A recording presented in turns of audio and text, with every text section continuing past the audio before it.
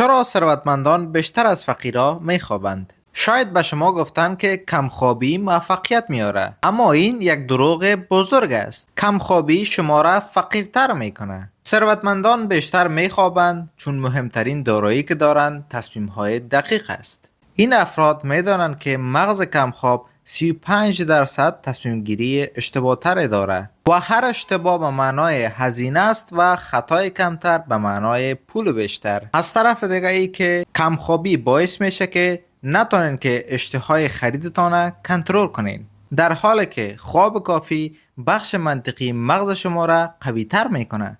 تحقیقات نشان داده هر ساعت خواب کمتر برابر است با 10 تا 12% افت عملکرد شناختی. این یعنی سرعت فکر، تحلیل، مذاکره و ایده سازی شما سقوط میکنه و درآمد دقیقاً از همین موارد می آید.